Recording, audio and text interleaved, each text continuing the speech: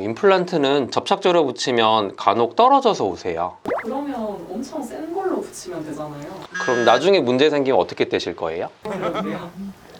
네, 안녕하세요. 18년차 보철과 전문의 정유석입니다. 일반적으로 임플란트를 붙일 때 접착제로 붙이는데요. 이제 임플란트 보철이 자꾸 빠지거나 아니면 이제 임플란트 보철 한 대가 자꾸 빨갛게 붓고 피나고 염증이 생겨서 오시는 분들이 간혹 계시는데요. 근데 여기 사진에서 보시면 치아 길이가 굉장히 짧거든요. 그래서 너무 짧은 경우엔 이렇게 보철이 잘 빠질 수가 있고요. 그리고 이 사진에서처럼 보철 경계가 이제 잇몸 밑으로 굉장히 깊은 경우에는 아무리 제가 시멘트를 되게 조심하고 잘 제거를 한다 그래도 이 접착제가 남을 수가 있거든요. 그래서 이 사진처럼 잇몸이 붓고 피나고 염증이 생기실 수가 있습니다. 그리고 저런 시멘트가 이렇게 계속 오래 남아있는 경우에는 잘못하면 이 사진처럼 임플란트 자체가 주위염이 생기고 망가질 수가 있는데요. 그래서 오늘은 요새 이제 다시 새롭게 유행하는 이제 접착제를 쓰지 않는 나사로 조이는 타입의 그런 임플란트 보철에 대해서 조금 소개해 드리려고 합니다. 먼저 이해하시기 쉽게 영상을 좀 보여드릴게요. 영상에서 보시는 것처럼 바로 지르코니아 보철물에 이렇게 나사만 넣어가지고 이렇게 임플란트에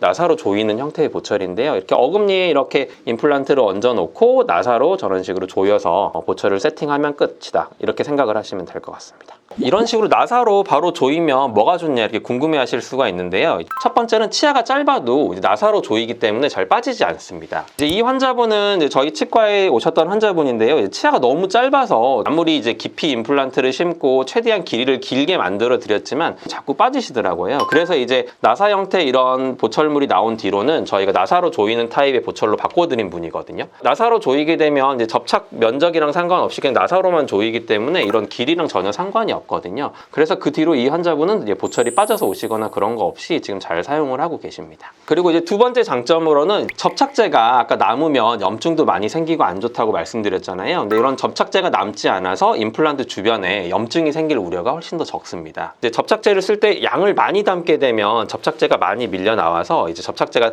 남을 수밖에 없게 됩니다. 그래서 심지어는 여기 사진에서 보시는 것처럼 이렇게 미리 기둥 모양을 만들어서 바깥에서 이렇게 붙인 다음에 그거를 빼서 닦아내고 다시 붙이게 되면 접착제가 덜 남는데요. 근데 그런 방식으로 했는데도 이 환자분은 저기 중간에 있는 사진처럼 이렇게 접착제가 남아서 잇몸이 많이 부었더라고요. 당연히 접착제를 안 남게 만들어 드리고 싶었지만 간혹 저렇게 남을 수가 있거든요. 그런 부분들에 대한 염증에 대한 부분이 나사로 조이면 훨씬 덜하고, 그 다음 또 이제 많이 물어보시는 질문들 중에 하나가 간혹 임플란트 보철을 하고 나면 거기에 이제 구멍이 왜 뚫려 있냐고 많이들 물어보시거든요. 이 사진 같은 경우는 이제 그냥 단순히 이제 접착제로 붙이는 방식인데요. 이제 구멍이 없어서 굉장히 예쁘고 좋죠. 근데 문제는 접착제로 붙이는 타입이다 보니까 저거를 다 빼려면 잘라서 뜯어내야 되거든요. 그래서 손을 못 대셨던 분이 있는데, 그래서 나중에 뭔가를 수리하거나 씹거나 할 때는 저런 부분이 문제가 될 수 있기 때문에 이렇게 나사 구멍이 다 뚫려 있는 보철로 만드는 게 대부분입니다. 저희 치과도 그렇고 요즘에 이만한 치과에서는 저렇게 나사 구멍이 다 있는데요. 또 구멍이 뚫려 있으면 좋은 것 중에 하나가 이렇게 구멍이 뚫려 있으면 구강 내에서 접착제를 붙인 다음에 나사로 풀어가지고 바깥으로 빼서 접착제를 눈으로 보고 깨끗하게 닦아가지고 다시 껴드릴 수 있기 때문에 접착제가 안 남을 수 있거든요. 그래서 저런 식으로 접착제를 붙이는 타입을 한다고 하더라도 나사랑 같이 혼용이 돼서 하는 걸 많이 하는 편입니다. 이렇게 한 개짜리는 그렇게 빼가지고 닦아서 다시 껴드리면 되는데, 문제는 이렇게 개수가 많고 방향이 다른 경우에는 이거를 한꺼번에 빼가지고 청소하기가 굉장히 불가능하거든요. 저희 같은 경우는 이제 나사로 조이는 형태의 보철물을 요즘에는 많이 하거든요. 그래서 이 환자분은 이제 아래 앞니를 이제 임플란트를 3개를 심고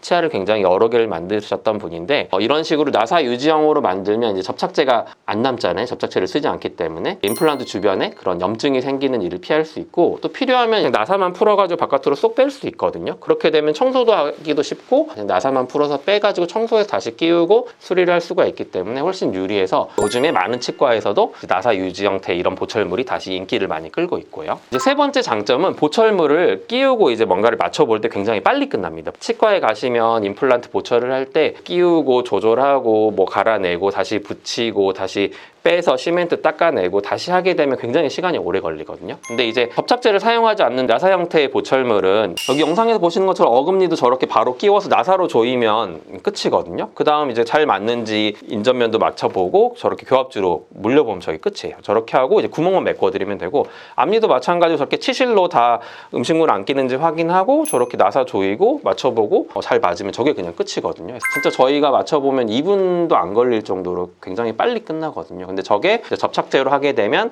아무리 보철이 잘 맞았다고 해도 저걸 붙이고 시멘트가 남으면 안 되기 때문에 또 제거하고 바깥으로 풀어서 닦아내고 다시 끼우고 다시 구멍을 메꾸고 하다 보면 뭐 10분, 20분이 금방 지나가거든요. 그래서 환자분이 끼울 때도 굉장히 편리하다 이렇게 생각을 하시면 될 것 같습니다. 나사 형태 보철이 장점이 굉장히 많은 건 알겠는데 혹시 단점은 없나요? 이제 나사 형태의 보철이 이제 단점도 분명히 존재합니다. 첫 번째는 이제 나사 형태의 보철은 굉장히 정확하게 만들어야 됩니다. 접착제로 붙이는 방식은 약간 오차가 있더라고 하더라도 접착제를 그 틈을 메우고 붙이기 때문에 이제 임플란트 기둥 경계부는 저기 위쪽에 있는데 이제 보철물은 저기 아래에 있거든요. 저렇게 잘 안 맞는 경우에도 보상을 해서 붙일 수가 있기 때문에 약간 부정확해도 가능합니다. 하지만 이제 나사로 유지하는 보철물은 나사 자체가 정확하지 않으면 아예 조여지지 않거든요. 그래서 굉장히 난이도가 있고 조금 힘든 부분이 있고, 두 번째는 이제 나사로 이제 조이게 되면 힘을 많이 받는 경우에 나사가 풀리는 문제가 좀 생기게 됩니다. 과거 같은 경우는 임플란트 자체가 윗부분에 조그마한 나사로 해서 연결하는 타입으로 해서 나사도 조그맣고 그다음에 경계 부분이 목 부분이어서 이게 많이 흔들렸는데, 이제 요즘에 이제 임플란트는 그 목 부분에 경계가 있는 게 아니라 이제 임플란트 내면으로 이렇게 기둥을 조일 수 있는 타입으로 많이 바뀌었거든요. 그래서 나사 풀림이 훨씬 적어졌고 이제 그 위에 또 나사를 조이는 스타일로 만들기 때문에 예전에 비해서 나사 풀림이 많이 줄어들었거든요. 그리고 과거의 나사 같은 경우는 굉장히 작은 나사를 쓰는 경우가 많았는데 이제 저희가 쓰고 있는 지금 나사 같은 경우는 굉장히 두껍게 만들었거든요. 그래서 나사 풀림에 대한 부분이라든지 아니면 정확하게 만들어야 되는 부분, 이런 게 조금 단점이긴 하지만 오히려 그런 걸 잘하면 장점이 될 수 있기 때문에 요즘엔 그렇게 하고 있습니다. 그리고 이제 한두 개짜리는 뭐 쉽게 맞출 수 있다고 생각을 하는데 이제 너무 길어지거나 커지면 이게 정확하게 만드는 게 불가능하지 않냐 이런 말씀을 하실 수가 있어서요. 전체를 이렇게 만드는 경우에도 저렇게 나사로 조이고 디지털로 꼼꼼하게 만들면 저렇게 조정할 거 거의 하나도 없이 만들 수 있거든요. 부분도 마찬가지입니다. 아까 환자분 케이스인데 저렇게 나사를 조이고 편집 하나도 안 하고 그냥 바로 물려보는 거거든요. 한두 개짜리가 문제가 아니라 저렇게 아주 크거나 심지어 전체 케이스도 디지털로 저렇게 꼼꼼하게 정확하게 만들면 다 가능하다, 그렇게 생각을 하시면 될 것 같습니다. 그러면 이렇게 나사 형태로 만들면 더 비싼 거 아닌가요? 간혹 이렇게 나사 형태로 만들게 되면 이제 옵션을 해가지고 이제 가격을 좀 이렇게 추가 비용을 받는 경우도 좀 있거든요. 근데 저는 이제 환자분들이 이제 그런 것보다 누구나 이런 접착제 걱정 없이 염증 없이 좀 임플란트를 오래오래 쓰시는 게 좀 중요하다고 생각을 하거든요. 그래서 저희는 뭐 따로 비용을 더 받거나 하지는 않습니다. 아까 그 저희 환자 케이스에서 보셨던 것처럼 보철이 빠지거나 아니면 시멘트가 남아서 염증이 생기는 경우가 있을 수 있거든요. 그래서 그런 경우엔 저희는 다시 오시게 되면 뭐 따로 추가 비용을 안 받고 그냥 보철을 뭐 나사 형태로 새로 바꿔드리기도 하거든요. 그래서 디지털을 하면 보통 이제 기계라고 생각을 하니까 되게 차갑다고 생각을 하실 수 있는데 오히려 이런 것들을 이제 좀 가능하게 이렇게 반복해서 할 수 있게 하는 게 디지털이지 않나. 그래서 오히려 디지털은 이런 따뜻함을 가능하게 해주는 게 아닐까라는 생각으로 환자분들에게 웬만하면 그런 부분이 있으면 좀 바꿔드리고 하는 편입니다.